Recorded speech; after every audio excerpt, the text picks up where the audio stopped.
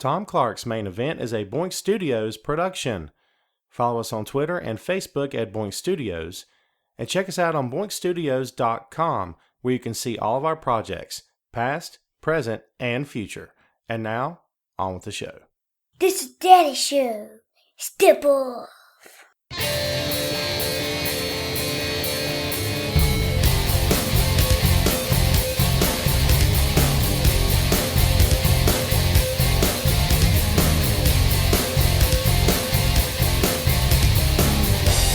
Hey, what is up?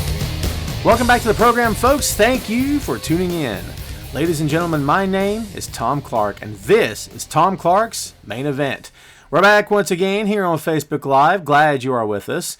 We're also recording today. The show will post on YouTube, as well as Apple Podcasts, Google Podcasts, and iHeartRadio. Subscribe and download today, and please follow the Tom Clark's Main Event Facebook page for more content.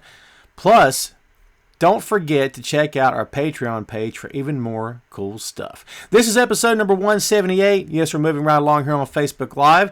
Want to thank everyone for joining us here, of course, and for coming back each and every week. Much thanks to Heidi, Ryan, and the whole crew at Wrestling Rumors for getting us this platform. We do greatly appreciate it. So episode number 177 was the Tag Team Hall of Fame. We talked about the best of the best, from power tandems to technical duos to everyone in between. If there was a team that made history in this business, we discussed them. We're having fun here, kids, and this week we continue on. This time the main event is Strength in Numbers. What's up? I fumbled my way through that intro. It's not something I do very often. However, I did it this time. So, what's going on, folks? Hope everyone out there is doing great. Happy Friday to you, one and all. It's your boy, Tom Clark here, back once again. This time I'm repping Taker today with the t-shirt. If you guys aren't watching the show live on Fridays, are you missing out or what? Yeah, it's the answer. So, I haven't had a haircut in months, and I trimmed my beard the other day with scissors.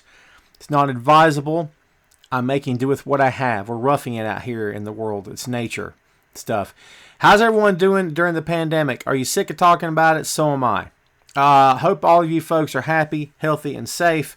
Please, everyone, do what you can to keep everyone that way, and you and your family and everyone around. So, I'm doing great. Hello, everybody. Thank you all for tuning in. As always, I very much appreciate all you guys for being here. Shane, Bobby, Christopher, Chris, John, what's up? Mark, what's going on? Dave, John, another Chris, Carlos, what's up? So yes, Danny says, let's talk wrestling. So what's up? Alma, how are you today? Yes, let's do that. So Ms. Lopez is here. You're kicking off the day, right, my dear? Thank you very much for tuning in. So, the format for the show is as follows. Tom Clark's Main Event. I pick a main event topic, and we roll with it. It's not that we don't talk about what's going on in the world around us. It's not that we don't talk about what's going on today in modern pro wrestling, but we don't spend a whole lot of time on it or focus too much on it. Why? Because we talk that stuff to death, and you got plenty of other shows and columns you can read and shows to watch and stuff of that nature to get your fix.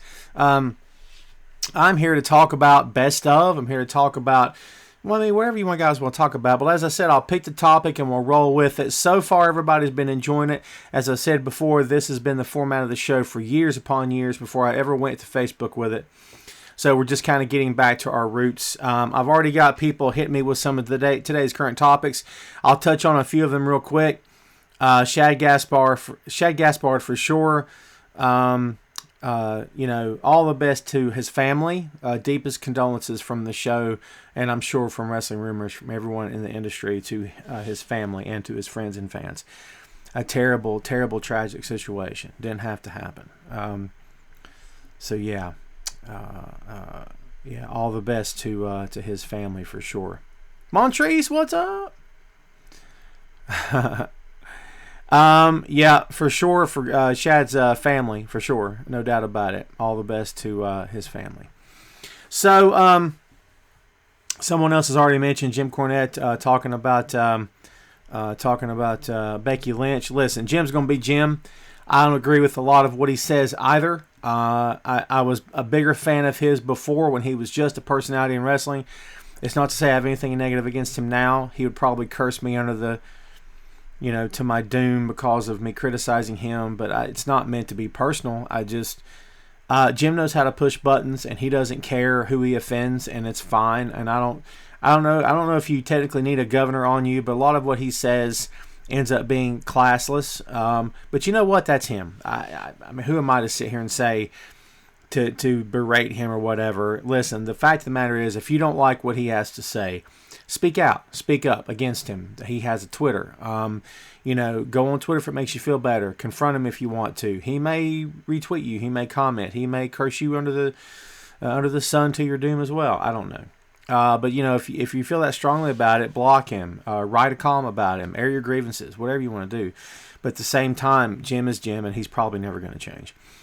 Okay, so again, hello to everybody. I'm getting my words out there. Thanks everybody for tuning in. I hope the stream is okay. It looks like we've been kind of lagging a little bit so far. Please hang in there, folks. We're doing all we can on our end with technical issues and whatnot to get this thing up and running. So, okay. Strength in numbers. What's this referring to? As you guys know, tomorrow night is Double or Nothing, AEW. We're going to have the Elite versus the Inner Circle. And so it just got me thinking about past wars, past altercations, past feuds, rivalries between factions. One side versus the other. So strength in numbers is what we're talking about here today on the program. The Inner Circle versus the Elite has been entertaining. The COVID thing put a wrench in it, of course, because they wanted to do the Blood and Guts, which is their version of the War Games match, which is essentially War Games match. They just can't call it that, right? There's a big to-do about WWE supposedly blocking it and everything. But folks, listen, MLW has already copyrighted War Games, but it's War Games. It's like 2 words. And WWE's version is War Games, 1 word put together, which is what they use in NXT. So let's don't leave MLW out of the equation here because that's fact. So, it's not always about WWE versus AEW. But anyway, Blood and Guts was going to be their version of it. Instead, they're doing what they call it, the Stadium Showdown or something like that. We'll see what happens tomorrow night. But again, it just got me thinking about factions, one side versus the other. And there again, folks, I really believe that the build-up to this thing has been pretty good, all things considered. I've been okay with it thus far. It is what it is. I think we're freezing right now on the show here today, so my apologies for that. If you're only listening right now, then you don't have to worry about any technical difficulties because this sucker is going to get published as always, and it's all good. But as of right now, it looks like we have no feed happening. So everybody just, let's see. I'm going to take a screenshot of that because I think it bears looking at. I can pass some technical information on to the powers that be. There's the click. Did you hear the click? So, not the click. That's another good faction, however. We've already got some folks mentioning factions. We've got NWO being mentioned, whatnot. Let me tell you one of my votes for top faction in terms of going to war. Again, one side versus the other, that kind of thing. I'm watching old school NWA. One of the first things that springs to mind when you talk about War Games is the original War Games. You're talking about Dusty Rhodes and how Tully referred to him as the Risky Business Boys. Dusty and his crew, who was comprised of, at any given time, Magnum TA, the Italian Stout, not the Italian Stout, excuse me, Manny Fernandez, Magnum TA, Nikita Koloff, the Road Warriors, Dr. Death, Steve Williams later on, Lex Luger later on. So yeah, Dusty and his guys versus the Horsemen. And usually Paul Ellering would be involved, and so would James J. Dillon, that kind of thing. So, and again, folks, I feel like we're having technical issues here broadcasting today. So,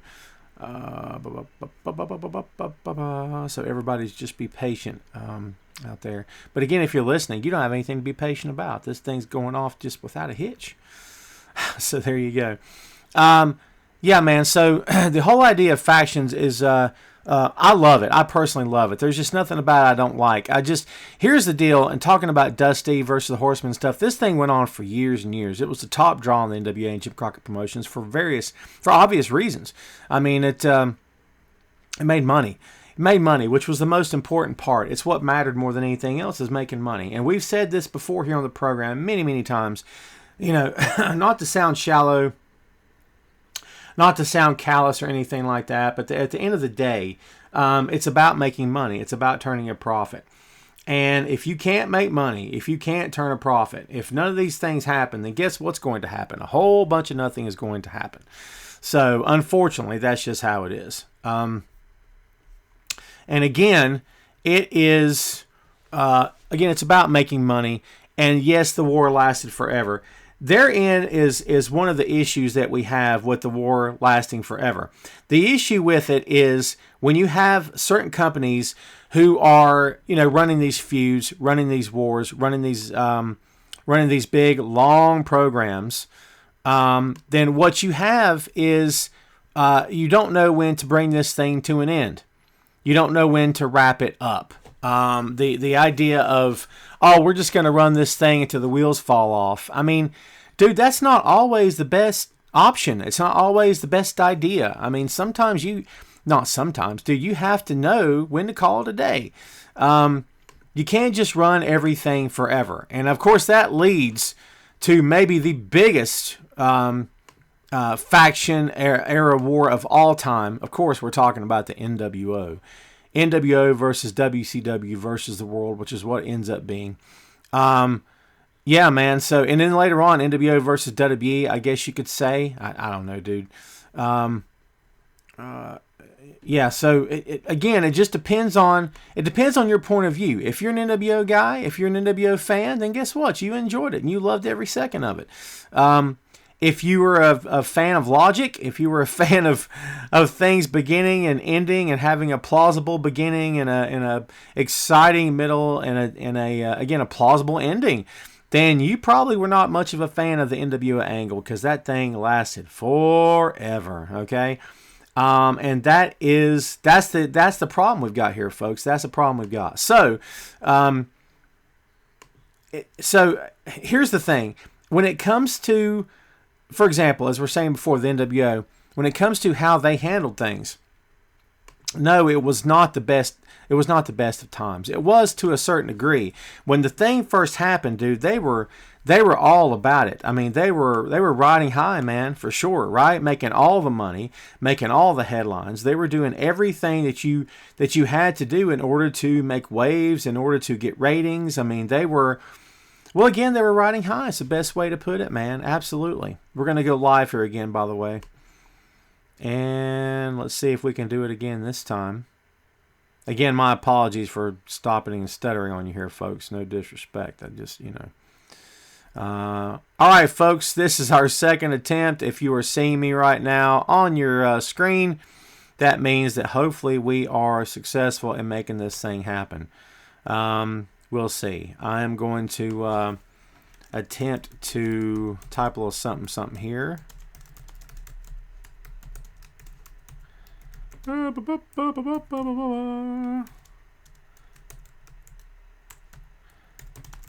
Thank you for being patient out there, folks. This is what happens when you go live all the time. You know what I mean?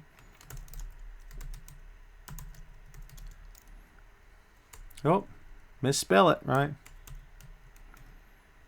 Hey, man, if you guys are just tuning in again, my apologies for I have no idea what happened. I'm just typing up a title and a short paragraph here, something I didn't do before.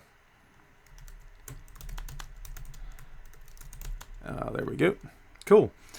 So, hey everybody, thanks for coming back. So sorry about that. Don't know what happened. I actually continued the conversation with myself because, as you guys know, I am recording the show. This thing does post later on today. So, a quick recap of what we just talked about. If you're just tuning in, if you're just now clicking on the video and you're like, where'd this guy go a few minutes ago?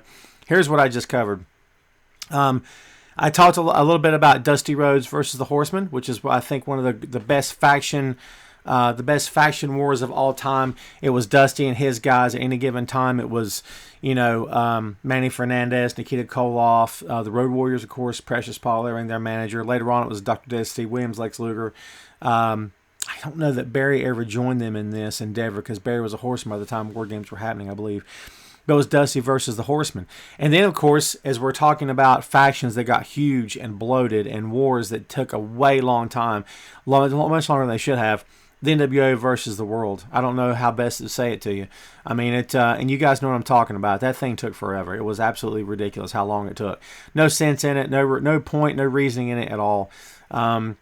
So yeah, it was crazy, man, and it was entertaining at the time. It made a ton of money in the beginning. It got all the ratings, got all the talk. It was the hottest thing in pro wrestling. But dude, after a while, it got to be enough's enough. Let me up, kind of thing. I can't take it anymore. So, NWO versus everybody. That was a tough haul there toward the end. It got really crazy for a bunch of us. So I got comments happening here, folks. My apologies for not answering. Okay, so anybody watching right now, we're talking about today is strength in numbers. Okay, strength in numbers. We're talking about factions in pro wrestling. Give me some of your favorite faction wars over the years. We've already mentioned the NWO. We kicked off this show talking about the Inner Circle versus the Elite, happening tomorrow night, AEW Double or Nothing. What are some of your best factions, your most favorite wars of all time in pro wrestling? NWO versus everybody, or versus WCW, I have to say. When you talk about someone versus everybody, how about the Shield versus the World? I mean, the Shield took on WWE. There were just 3 guys, right? I mean, 3 guys against whatever trio that the company wanted to put up against them. But, I mean, that was good for a long time, right? I mean, entertaining. Christopher says the Ministry of Darkness. Excellent point. I love that, actually. Let's see. What's up, Sandy? Gary, what's up? Buffalo, New York. What's going on? Brandon hits me with the Von Erichs versus the Freebirds. Excellent pull. I love that. You guys know I'm a fan of both sides. I love the Freebirds. I love the Von Erichs, man. That was a classic matchup. Why? Because they were polar opposites. Opposite in every way, shape, and form. And because of their disagreements, because of their different way of looking at things, because of their different styles, and they meshed just beautifully. You had the Freebirds who partied. They were rock and roll, man. The rock and roll lifestyle. Party all the time. Worked hard, partied harder, right? They knew how to have a good time. They were troublemakers. They were rebel rousers, as they say. They did all the wacky stuff. And the Von Erichs, who were not the squeaky clean image that was portrayed on TV, but I'm talking about image right now, okay? Squeaky clean in terms of never got in trouble, didn't party and stuff. We know better, right? But in terms of what we're talking about, again, we're sticking with character here. The Von Erichs were a good family, Christian family, right? Loved each other, a tight brotherhood, believed in doing the right thing, believed in always playing by the rules, that kind of deal. So, yeah, it was an obvious mesh of styles. Go to Ricky Steamboat versus Nature Boy Ric Flair, an obvious mesh of styles, especially when they had their trifecta matches at WCW, which stand out as perhaps the greatest 3 matches in the history of the pro wrestling business. A mix of styles. That's what makes it entertaining. That's what gives it its own personal charm. And I think, if you're talking about the Shield versus WWE, you're not so much talking about a different mixture of styles. You're talking about ambition. That was a different driving force behind that. That's why it worked, because it was ambition. It was these 3 guys had something to prove. They wanted to prove they could get on the main event stage and play with anyone, okay, and stand toe-to-toe with anybody. And the only way to prove that is to go out there and do it, yes? So that's what they did. So, again, it's a different storyline, different way of looking at it, different motivation and whatnot. Let's see. Evolution, Sean says. Yes, sir. Evolution versus... I mean, who did Evolution really have? Because, see, all right, so that's a good pull. That's a good pull, actually. That's a good point. Evolution was not the we're here to conquer the business faction.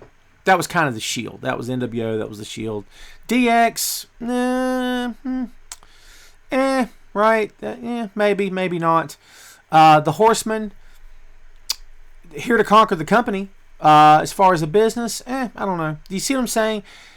Different sort of backgrounds, different sort of ambitions and storylines and whatnot. Evolution was more or less about protecting Triple H. Talking about character, relax. Which is what the modern day fan at that time viewed the Horsemen as being. It was a very different way of looking at things. When we were growing up during the territory days, for those of you who came up during the territory era like I did, you know exactly what I'm talking about. Yes, it was a thinly veiled effort to protect Ric Flair's championship run. It was all storyline, obviously. But at the end of the day, it didn't really get to be like that. The first time that was ever really mentioned was when Arn and Rick had heat, or when Lex turned on Rick, I guess you could say. Maybe when Ole turned on him. Was that kind of conversation being had when Ole turned on the Horsemen? I don't know. Or they turned on him, right? I don't know. I had to go back and watch some promos. Did Ole really bring up the point that, we were always here to protect Rick anyway? It's all the thing we did.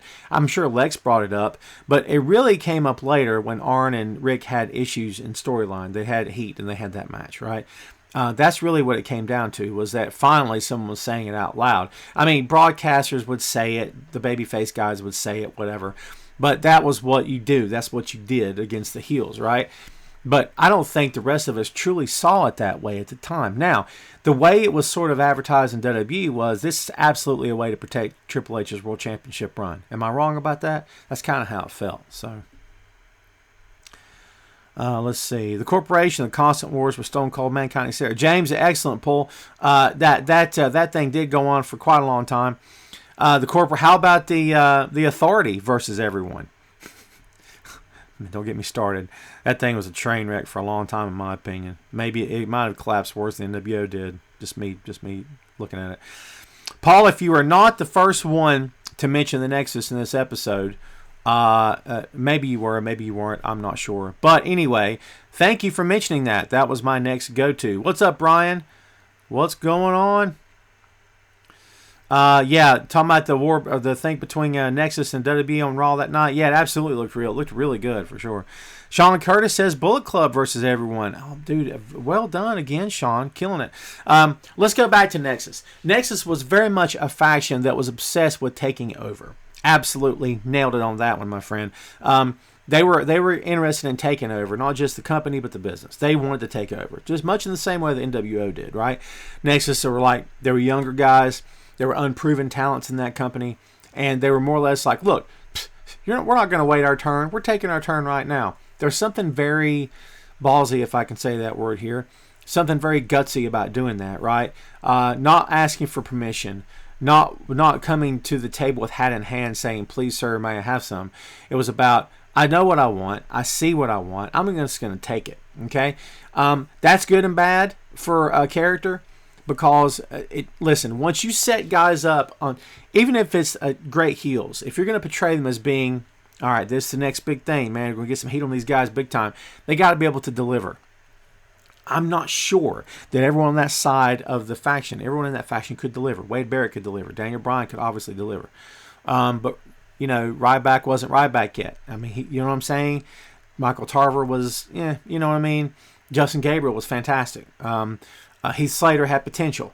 And, you're sort of putting all these guys out there. And you know what I'm waiting for? I'm waiting for a Nexus documentary. When's that going to hit WWE Network? That's what I'm looking forward to. The problem is they'd have to go interview Wade Barrett. I mean, they could just take old clips, I guess, and just make it work. They let him go, right? Did he ask for his release? They let him go. But anyway, Ryback may not have anything to do with that documentary at this point. You see what I mean? I'd love to hear some backstage stuff on that. In my opinion, at the end of the day, they dropped the ball with Nexus. That thing was huge for a while. It could have been even bigger than it ever was, but it didn't happen that way. At the end of the day, my belief, and maybe this is just me talking to no one else, my belief was that they were fed to John Cena to get John over. Once again, the top babyface in the company had to be fed some hot heels, and he had to squash them. Now, let's rewind. That is not Tom criticizing John Cena. That's not Tom criticizing John in any way and saying, well, John Cena demanded that this happen. To my knowledge, he didn't. Okay, I don't know. Maybe he did, maybe, who knows? I don't believe that it happened, personally. I believe that's just the way the storylines went.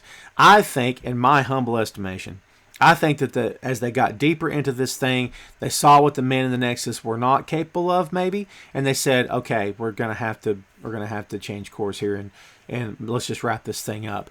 Vince tends to get gun shy when something's not working, and when something's not working, maybe not gun shy, but he'll pull the trigger too fast sometimes. Case in point, the WCW relaunch, right? His version of WCW pulled the trigger way too soon, in my estimation. So maybe that's what happened here. Just pulled the trigger way too early and said, well, it's not happening because it's not happening the way the boss wants it. The boss said, scrap it, we're going to scrap it. I don't know. Bullet Club in New Japan, absolutely. Bullet Club in New Japan was a different entity than the NWO. In NWO, it was all about thumbing your nose at the business, thumbing your nose at the company. They did that in Bullet Club. But in Japan, dude, let me tell you something. You don't really have the opportunity to sort of sit back and say, oh, I'm going to be funny. I'm going to count the money. I'm going to be a character. And you don't really have that chance in that company. Want to know why? Because they won't let you have that chance, okay? You have to, and I've always compared modern day New Japan with yesteryear Jim Crockett Promotions, in as much as you have to get it done in the ring. Okay, you can be whatever you want to be, you can approach it however you want to approach it, but if you can't go between the ropes, they're not going to do anything with you. It's not just about who's entertaining and who's funny, but it's also about who can get it done in the squared circle. You know what I mean? So Bullet Club, for the most part, could get it done between the ropes. Look at the legends that came out of that group. Modern day legends, right? Finn Balor, AJ Styles, Kenny Omega. The list goes on and on of guys who are, a lot of those guys are still there. But then you had the American version of the Bullet Club, right? Adam Cole, right? So yeah, it's again, it's a little bit of a different animal than the original NWO. Yes, they paid homage to the NWO.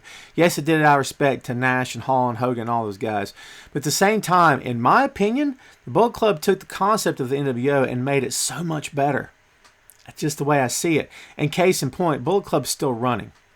I would dare say the Bullet Club has already outlived the NWO. I'm sure it has. You have to go do the math, but I'm sure it's already outlived it.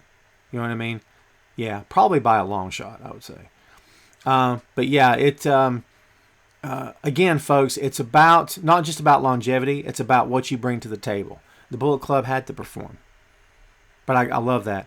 Anthony with Wyatt Family, folks. I'm a few minutes behind on the messages here. My humblest apologies.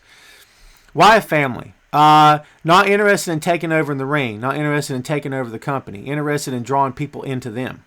You know what I mean?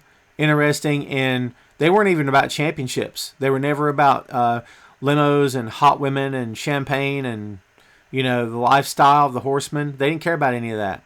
They just wanted to destroy. They wanted to get to you from the inside out. First they destroyed you mentally, then they destroyed you physically. That was what they cared about, was chaos. Bray Wyatt just cared about chaos. It's a different thing. It's Kevin Sullivan in WCW. It's Kevin Sullivan. Kevin Sullivan with his crew, and then Kevin Sullivan later on with the Varsity Club, right? So it's all about domination, maybe not the right word. Annihilation is the better word for the Wyatt family. Annihilation. It's a different set of circumstances. You have to have differences, man. Not every group can be the Nexus. Not every group can be NWO or Bullet Club. You have to have differences, right? You have to have different motivations. I'm talking about storyline, obviously. You have to have different motivations, different ambitions, different way of looking at things, different agendas, right? Bray Wyatt the only agenda he had, again, was chaos. But I love the reference. Oh, you guys are talking about Straight Edge Society, I see. Excellent. Joshua, today's topic is strength in numbers, factions in pro wrestling. Let's see. Rock and Sock Connection, tag team, but I get you. Yep. Thank you, Alma. Kevin Sullivan's Army of Darkness. That was the name I couldn't remember there. So yeah, thank you for that. Again, my apologies for not staying up to date on all the.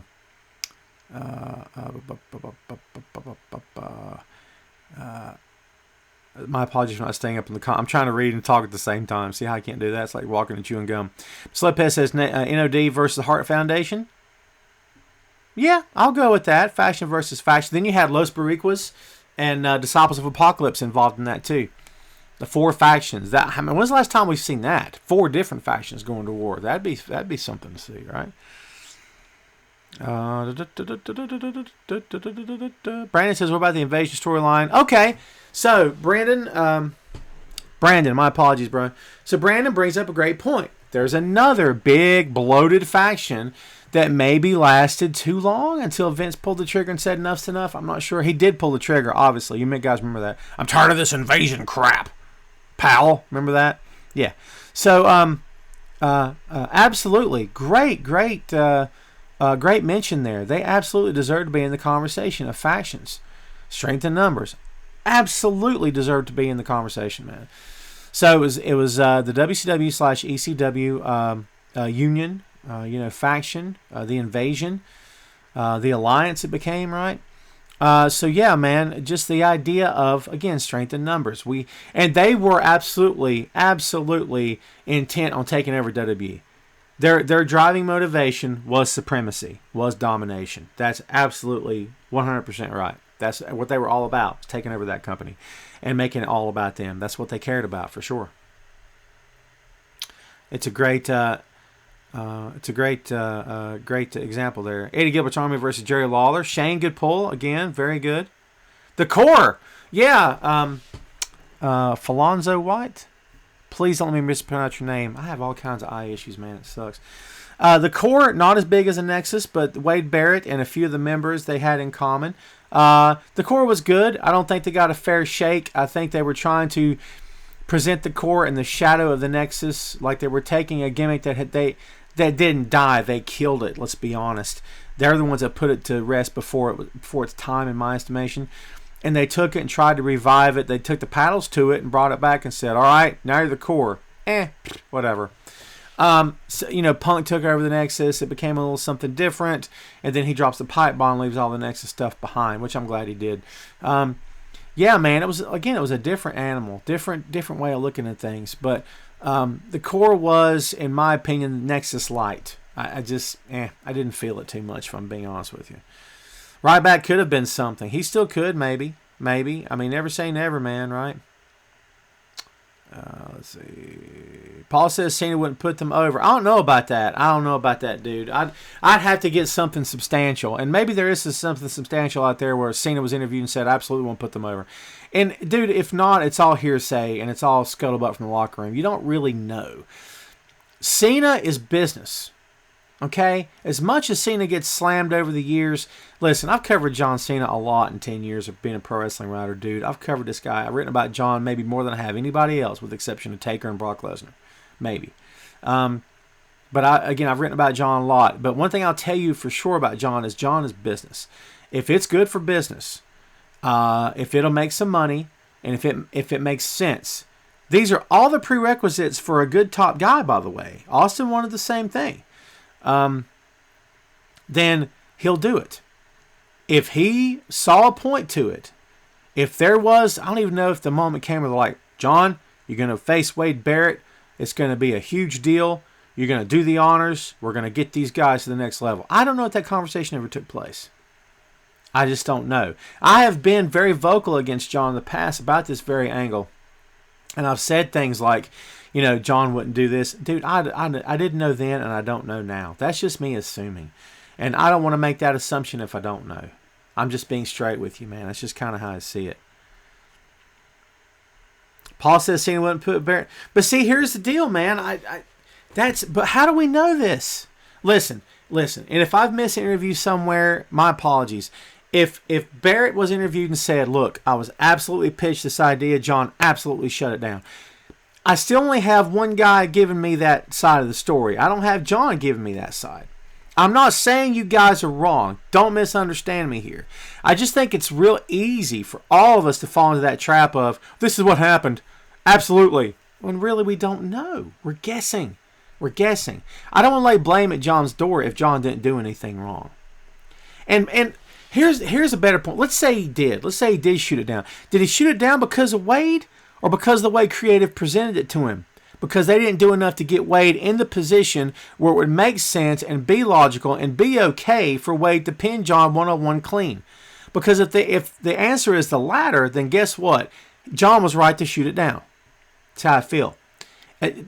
Austin had the same point about Brock Lesnar. Austin's point about Brock is, why are we going to give this thing away for free on TV? That's dumb. We don't have enough history. I don't mind putting the guy over, but dude, we need to milk this thing and make some money for it and add it. They didn't want to do that. They just want to put him over on TV, which is dumb. You see what I'm saying? So who do you blame in this situation? You blame Austin, you blame the company.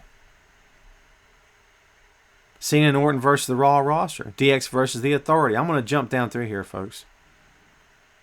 Right to Censor, Sean says. Right to Censor was Steve Richards. Steve Richards and Val Venus, Ivory, and the Godfather, who became the Good Father. It's good stuff. DX versus Heart Foundation. Dungeon of Doom. Thank you, Brandon. I totally forgot that one as well.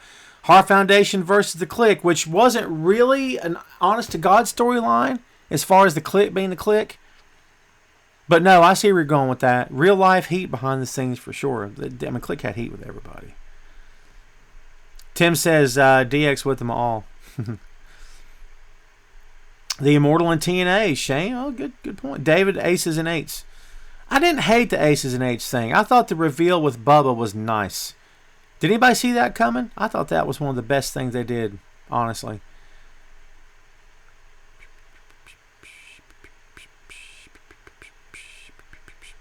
Sorry.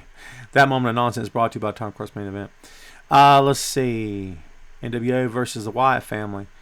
Oh, now you're talking about a dream thing. We did dream thing too. We did the dream match last week.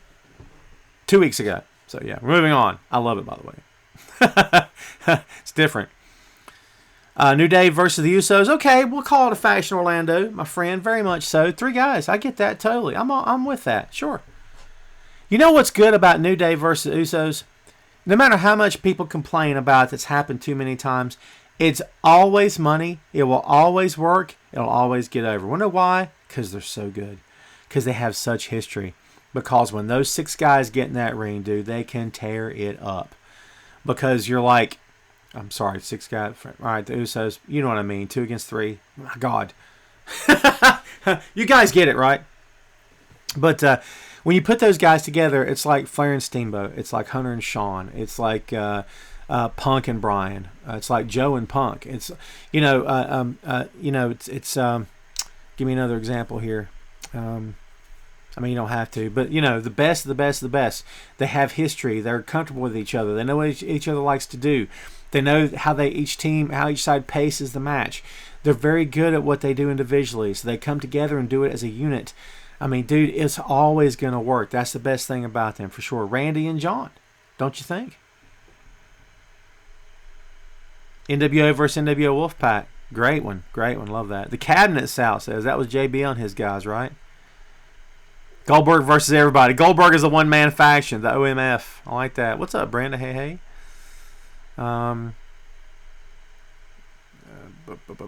Yes, Sal. Dark Side of the Ring I enjoy. I'm not in love with it. I like fun. I just like good stories. I know there's a dark side to pro wrestling. I don't know if I want to think about it all the time, if I'm being honest with you. I know all about it. So, Paul says Cena killed Nexus. To me, fact. Well, brother, if that's how you feel, there's not much I can do to sway you. It is what it is. Joshua says, sorry, but I think John Cena could be the GOAT. Inside out of the ring, his charity work is amazing. If you're talking about greatest entertainer, listen, confine it to WWE. In my opinion, you don't have to take this, bro. It's your take, man. I'm not going to try to change your mind here. But if we're talking about the world of WWE, you can absolutely say John is one of the GOATs of WWE. Sure.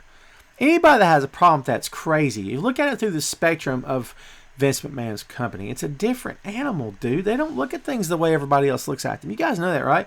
Not the way New Japan looks at them, AEW, Ring of Honor. No one else looks at anything the way WWE does. For better or worse, that's just how it is as my voice cracks. Stone Cold versus the Heart Foundation. Excellent. Jason says, wow, you crap on everything else except for John Cena, it sounds like. Jason, are you talking to me? Jason, have we ever had heat, man? Have we ever had an issue? Jason, if you think I'm not... Listen. Jason, name one thing I've crapped on during the course of this show. If that's how you want to come at me, I'll come at you like that too, bro. Tell me what I've crapped on. I'd love to know. I've always said, this is my take, this is my opinion. You don't have to agree with me. It's all good. I'm not going to hold it against you. I won't try to change your mind. If you think John Cena is the devil, roll with it. I don't care. It's fine. It's totally up to you. I don't think it's fair, but it's not up to me. Here's the point, dude. I'm not in WWE's locker room. Neither are you. Okay? So we don't know. We're going off hearsay and rumor and gossip. How do you know anything? What's the old thing? How do you know who your daddy is? Because your mama told you so. I know that's terrible. It's the truth, man. How do you know anything, right?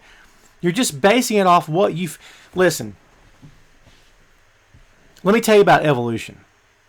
Not the faction. I'm talking about me. I was never a fan of The Undertaker. You want to know why? Because I'm an old school pro wrestling fan. I thought the thing with him no selling moves was garbage. Absolute garbage.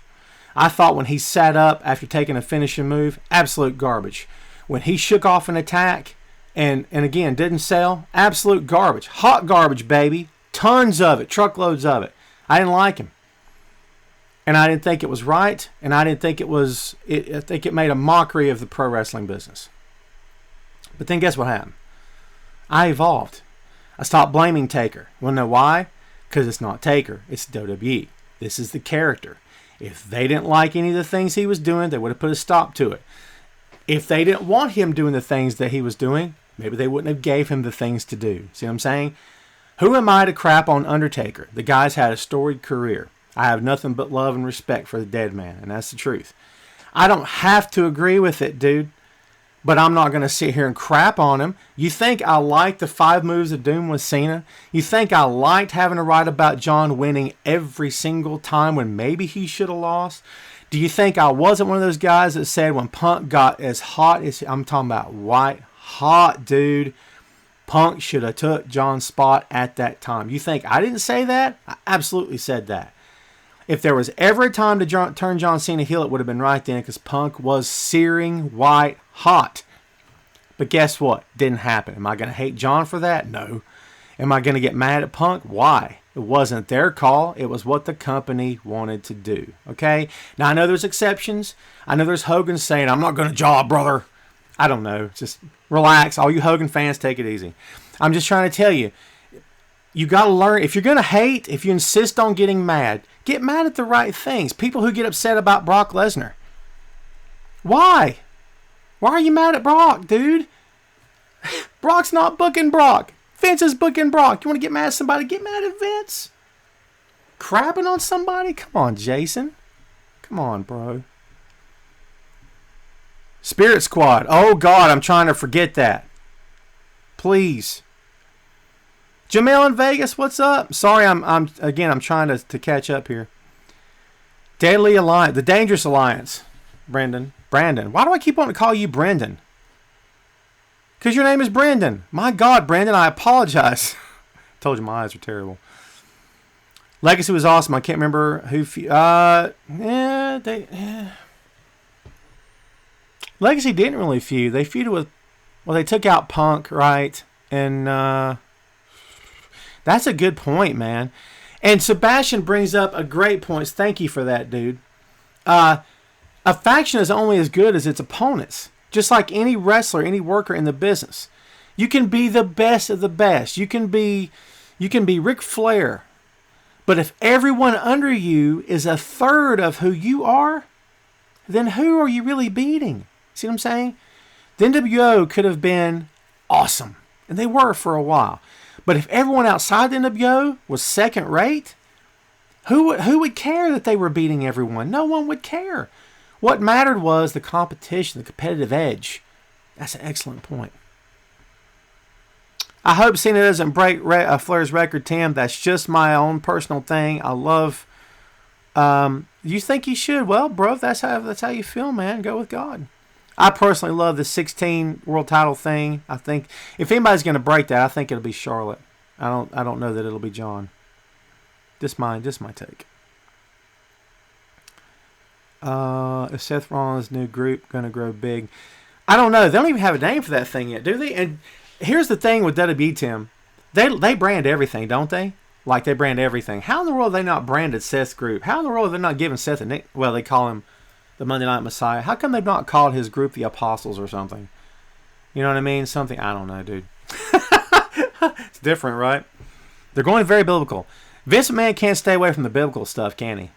It's really, I was going to say odd, but using the word odd for Vince McMahon seems like an oxymoron at this point, right? I don't know.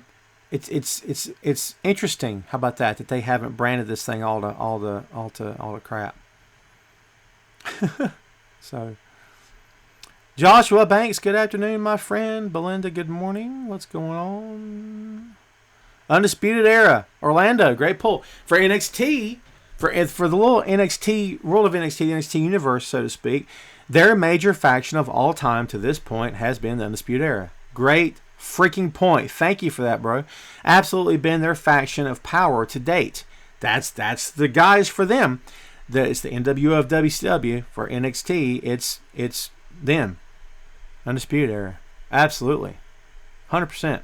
You notice how babyface factions don't always last all that long? Like DX would turn face. The Horsemen never turned face as a collective, I don't think. Unless they teased it when they got Sting in a little bit, right? But as far as an entire faction, now a trio can, Freebirds, whatever. Yeah, but like maybe, but right? But when you get more than 3 to 4 guys, then you're talking about, that's a lot of dudes changing. Just think about this. If you had a group of like 7 guys, that's 7 dudes turning face at one time. That's a big deal, man. Who are they going to work now, right? You have to be overrun with heels or do a massive double turn in the course of a night or two. That's crazy big business, right? You just don't see babyface factions all that much. You want to know why? Because you don't need it. Because the draw, in my opinion, the draw in the storytelling is one hero versus the world. It's this idea of the odds are stacked against me, the deck is stacked against me, the whole world's out to get me. They've lied, they've cheated, they've stolen from me, they've destroyed everything I've ever had, they took everything away from me, and I got to find a way to fight back. It's John Wayne, dude. It's they took everything from me, and I got to find a way to fight back. Because when that dude does that, that's storytelling, bro. That rips the roof off the joint, right? That Sting versus NWO. Has anybody mentioned that? If they have, my apologies. Sting versus NWO, baby, right? For sure. You took everything from me. You turned people against me. You made people question me. You took my company from me. You took everything I've ever loved. Well, now I'm going to take it back. And I'm going to take you one guy at a time. I'll take you out one guy at a time.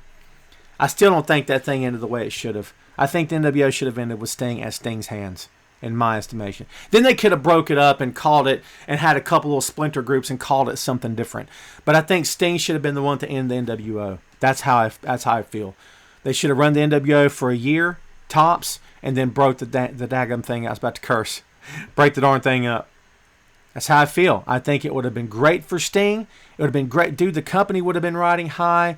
You could have took some of those guys and turned them face and turned them against each other. And at the end of the day, it would have been, well, wait a minute, Hulk. You were supposed to be there. Well, you lost the title, Hulk. Look what you did. You lost. You know what I mean? Finger pointing going on, then they just implode, right? But then you have Bischoff. You have the guys that know what they're doing. You have egos. You have money. Blah, right? I don't know. It just didn't work out. Noah says the Russians versus Dusty and Magnum TA Rock and Roll Express. Very good. Sal with Suzuki Goon. Sal, I love you, brother. Yeah, so, okay, Sal, hope you're still watching. Let's talk about factions, baby. How can you talk to a New Japan guy? And Shane, where's Shane at? Shane Odom. New Japan, baby, in the house, right? Faction in New Japan, dude. Different clubs, different organizations, different groups, different cliques, right? Okay, you got Suzuki Goon. You've got Chaos, right? You've got Bullet Club, obviously. You've got, I forget I always forget the name of the one group. I can't remember. Oh, yeah. Great pull there, dude. Sal, you're the man, dude. Love it.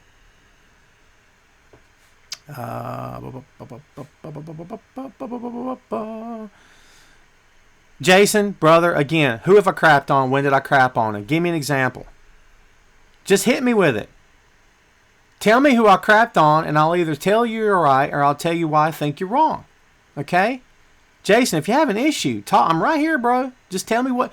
Be specific. Who have I crapped on? Tell me what I crapped on. I want to hear it. And by the way, Jason, if I have, bro, that's my take. Just because, listen, I just don't understand why people get bent out of shape over this. This is pro wrestling, dude. Pro wrestling. I read a column yesterday, and it said that AEW will never be what WWE is. They'll never be the top sport in the company, in the business, and here's why. You know what the whole piece was? Opinion. And he prefaced it by saying his opinion was fine. He didn't back it up with facts. He backed it up with personal opinion, emotions, his own take, his own slant. He didn't back it up with any facts of any kind. He threw things at you that he called facts. There were no facts in that piece, folks, at all. It was his opinion, and it's all good. I've written opinion-based pieces before and said, here's my opinion, take it or leave it. It's all good.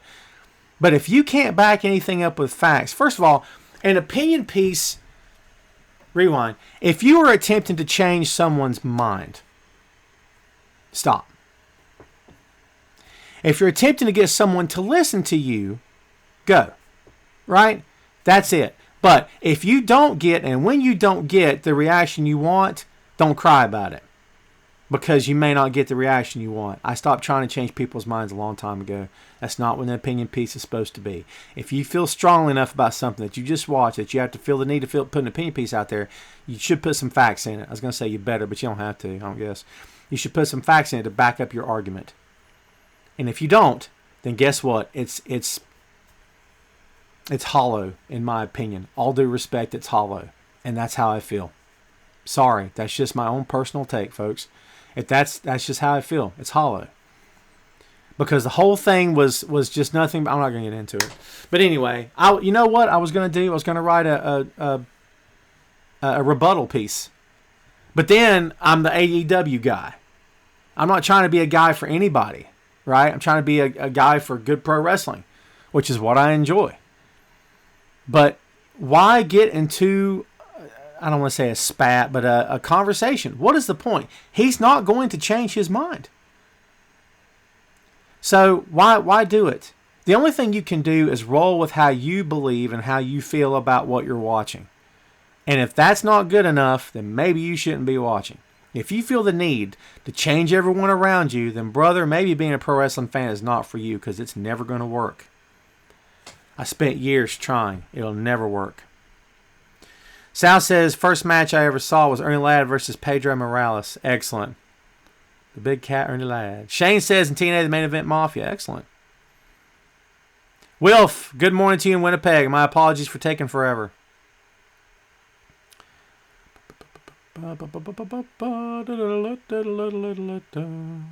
Sorry, folks, that I'm not trying to ignore you. I'm just trying to get through here and pick out the ones that are relevant to what we're talking about.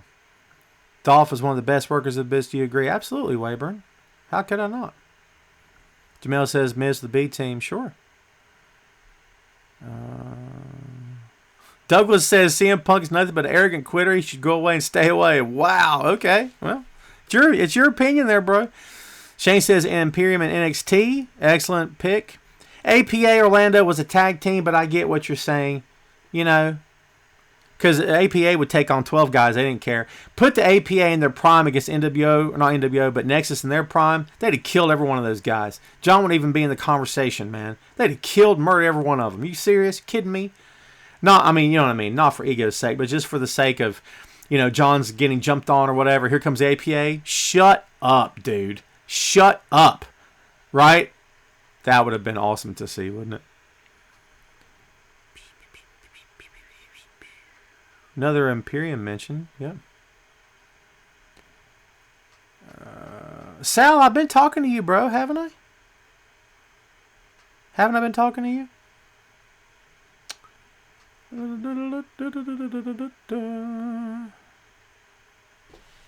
Jen says, I enjoyed Jake Roberts on air since past week. Too bad it was totally Yeah, I agree with that. You know what's funny about Jake, though, in that segment, dude? All the years he spent in WWE, and he kept trying to interrupt Arn. If there's one thing that WWE, I can't say consistently does right, because that wouldn't be my true feeling.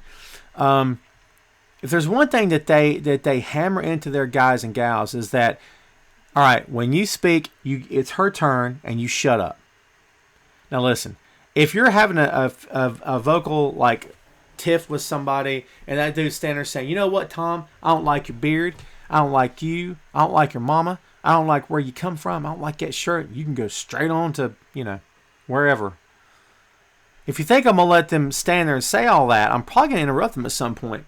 Here's the problem. When you had too many guys talking on top of too many guys in the ring at one time on mics, it gets to be too freaking much. And I kept getting bothered by the fact that Jake kept trying to interrupt. I'm like, Jake, you're gold on the mic, bro. Just give Arn a chance. And by the way, you don't need to interrupt Arn Anderson. You know who needs to interrupt Arn Anderson? Nobody, baby. Arn's got this. Let the man talk. Let the man talk. Sal, did you mean the Brood? That's a good one. Yeah, Edge, Christian, and Gangrel. Can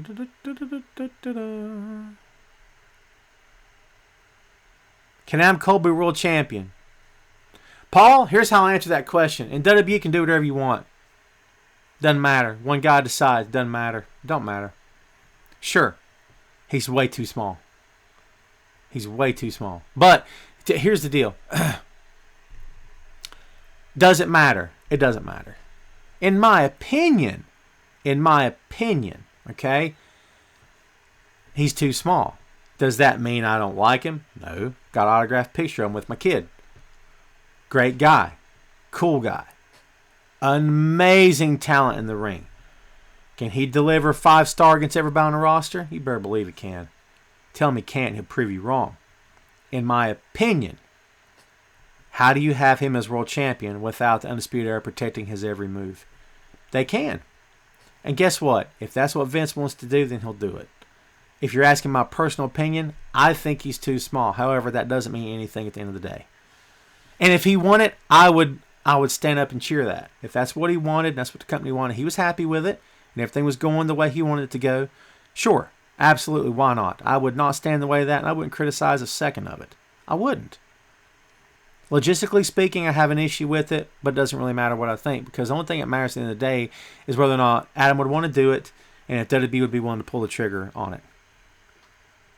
So, Jason, all good, bro. All good. Tony says Jason has turned heel. Hey, man, don't think I haven't turned heel before. I sure have. Paul says Tom's raging. Am I raging? You know what I thought about doing? I thought about doing a different kind of podcast that was like all language. It was just me ranting. You know, Tom rants. Tom Clark's Universal Rant or something, I don't know, where I just went nuts for like 10 minutes. And each episode, the episode was like 15 minutes in length or something. All I did was rant. It'd be like a way to get stuff out. But then I'm like, who would want to listen to that, right?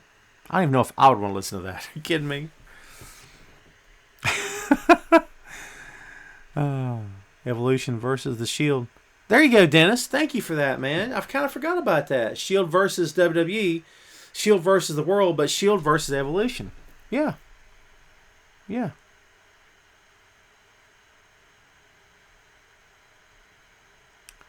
Jamel says, I crap on the product that Vince puts out, but I watch so much wrestling. He has too much talent for the cookie cutter stuff he puts out. My wife is a casual, and she doesn't think WWE is the best. Listen, I tend to agree with you because he does have a world full of talent. It is cookie cutter, but it's Vince. It's Vince, man.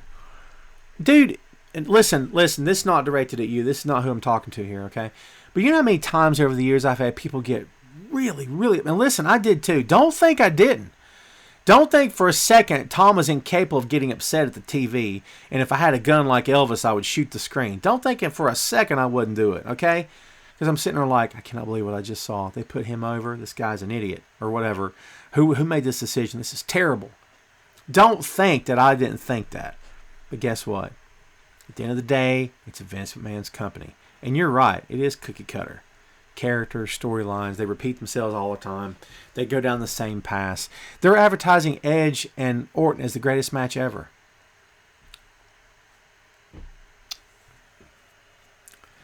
Go with God.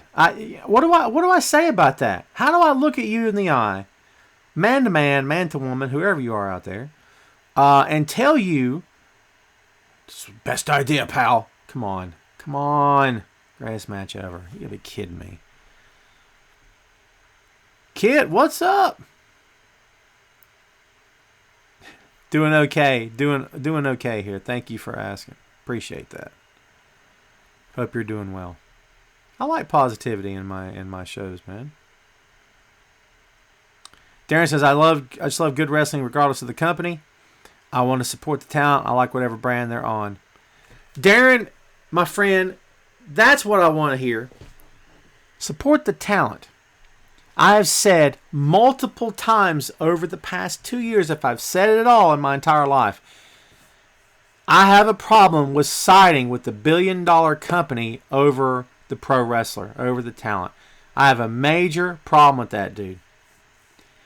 The whole thing with Punk, I don't care what you think, no matter what your personal feeling is on Punk, they fired Punk on his wedding day via FedEx. They knew it was his wedding day. It was timed. It was premeditated. It was a calculated move, brother.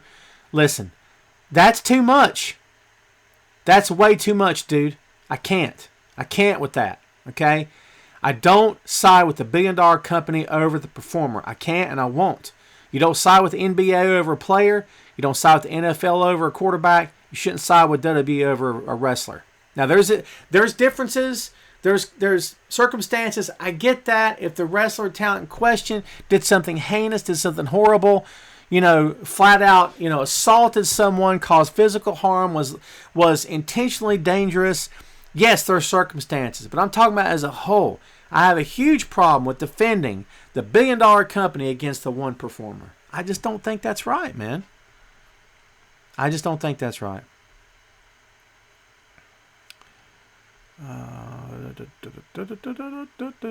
Danny says West Texas Rednecks. Good pull.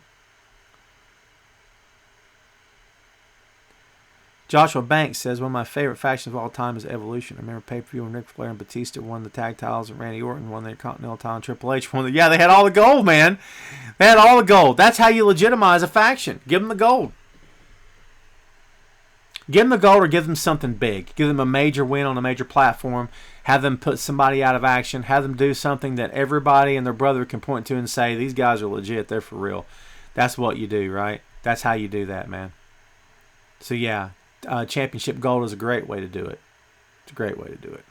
So, there you go. Noah says, first match I saw, I was at Norfolk Scope. It was... Lex versus Rick for the belt. Horseman came out to attack Lex, and Sting and Rock and Roll came out for the save. It's good old days, man. It's classic. By the way, I'm watching Dusty and Rick right now.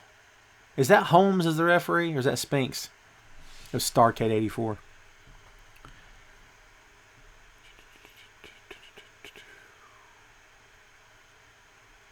Rant corner. I have to get something a little bit more vicious than that. Darren says, I think Adam Cole would be good, as I think he's one of the few who could make the title better and get the getting position over rather than get the role over. Yeah, okay. Yeah, no, I can't argue that. I won't argue that. I won't do it. Because I completely agree with you. Waffles and wrist locks. Oh my God, Shane, shut up. I'm going to message Chris after this and I'm going to give him that pitch for the name. That's awesome. Waffles and wrist locks, shut up.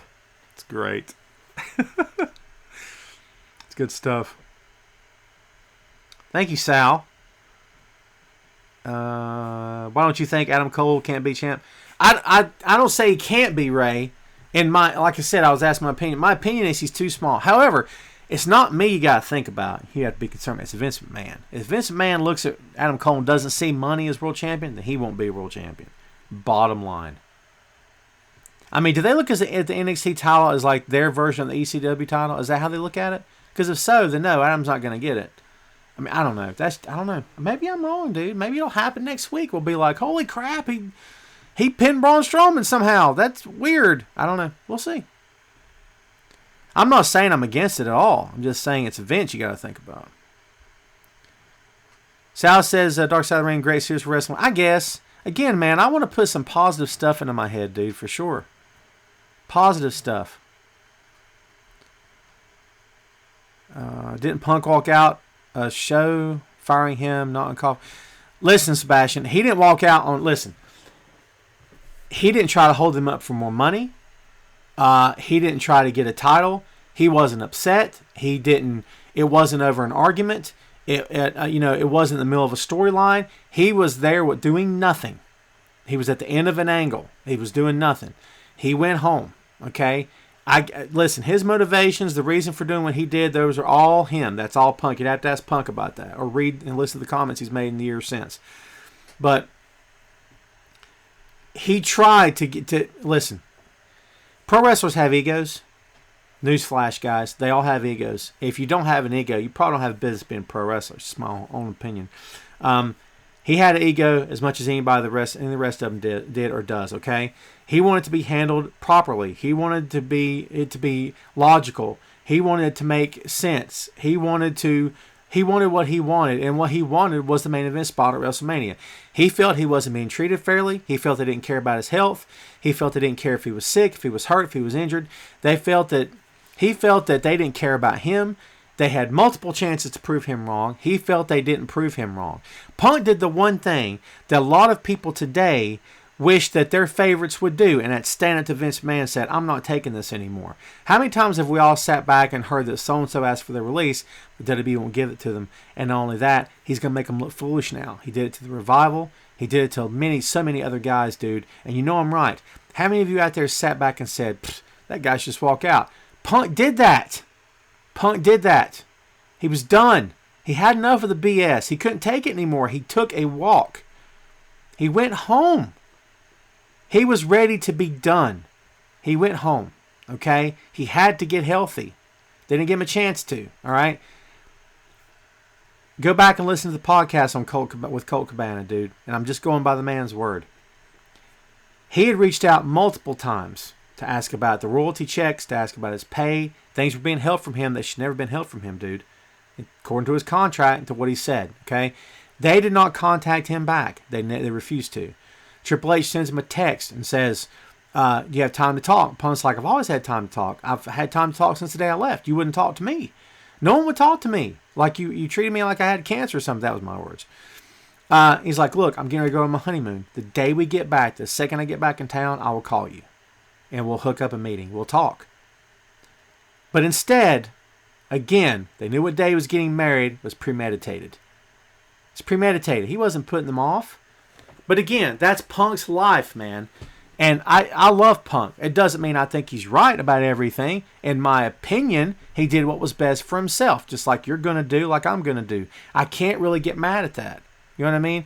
And I know the argument of, well, listen, if you walked out of your job today, they'd fire you. I get it. I totally get it. But there's circumstances, man. Have you ever been so fed up with your job that you just couldn't take it anymore? Fed up with your life that you couldn't handle it anymore? You just want to walk out. It doesn't mean you're a quitter. It doesn't mean you hate everyone. It doesn't mean that maybe you're just upset with yourself. Maybe you hate the circumstances. Maybe it didn't go the way you wanted it to go and you're frustrated.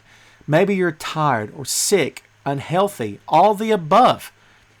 Sometimes the best thing to do is take yourself out of the equation and refocus, recharge, man. That's what he had to do. He never came back. I don't blame him. But that's my take, dude. That's just my take on the whole thing, okay? That's just how I feel. That's just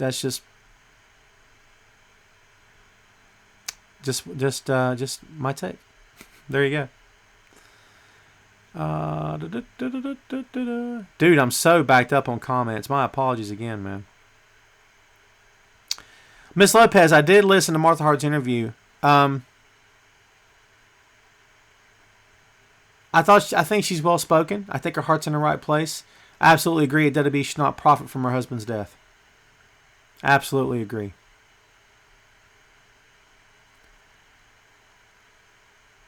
Shane, did you pitch that to him? Waffles and wrist locks? It's funny. I would never do that to him, by the way. Chris is a good friend.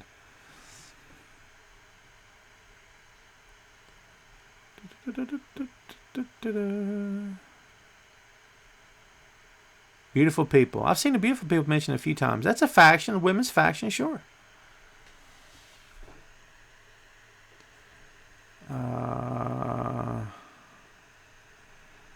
Yeah, Shane, I agree. And you know another promo that was dead on? I've watched it multiple times now over the years, and I watched it again a couple more times yesterday, was Joey Styles. Excellent promo, by the way. Excellent promo, man. If you've never listened or watched a Joey Styles promo from Monday Night Raw against Jerry Lawler and the whole crew at WWE, you're missing out. All right, dude, we are froze once again. So frustrating, right? But it is what it is. We're up over the hour mark right now.